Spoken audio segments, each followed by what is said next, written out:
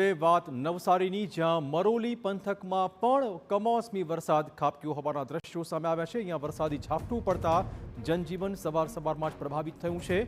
ખાસ કરીને બાગાયતી પાકો જેવા કે કેરી, ચીકુ તેમજ અન્ય પાકને પણ આ માવઠું નુકસાન પહોંચાડશે।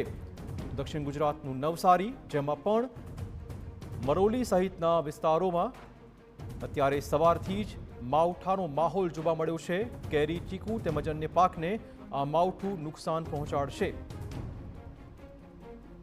બરાબર ચોમાસા જેવો માહોલ જામ્યો હોય તે પ્રકારના દ્રશ્યો નવસારીથી સામે આવ્યા છે। કેરી અને ચીકુ પકવતા ખેડૂતોમાં હવે ચિંતા પેઠી છે। વધુ માવઠું વરસશે તો મોટી નુકસાનની શક્યતાઓ છે।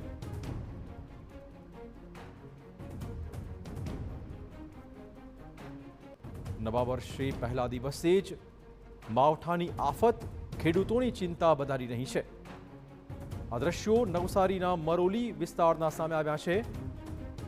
વધુ વાત કરવા જોડાશે અમારા સંવાદદાતા નિલેશ। ખાસ તો કેટલો ચિંતાનો માહોલ ખેડૂતો માટે?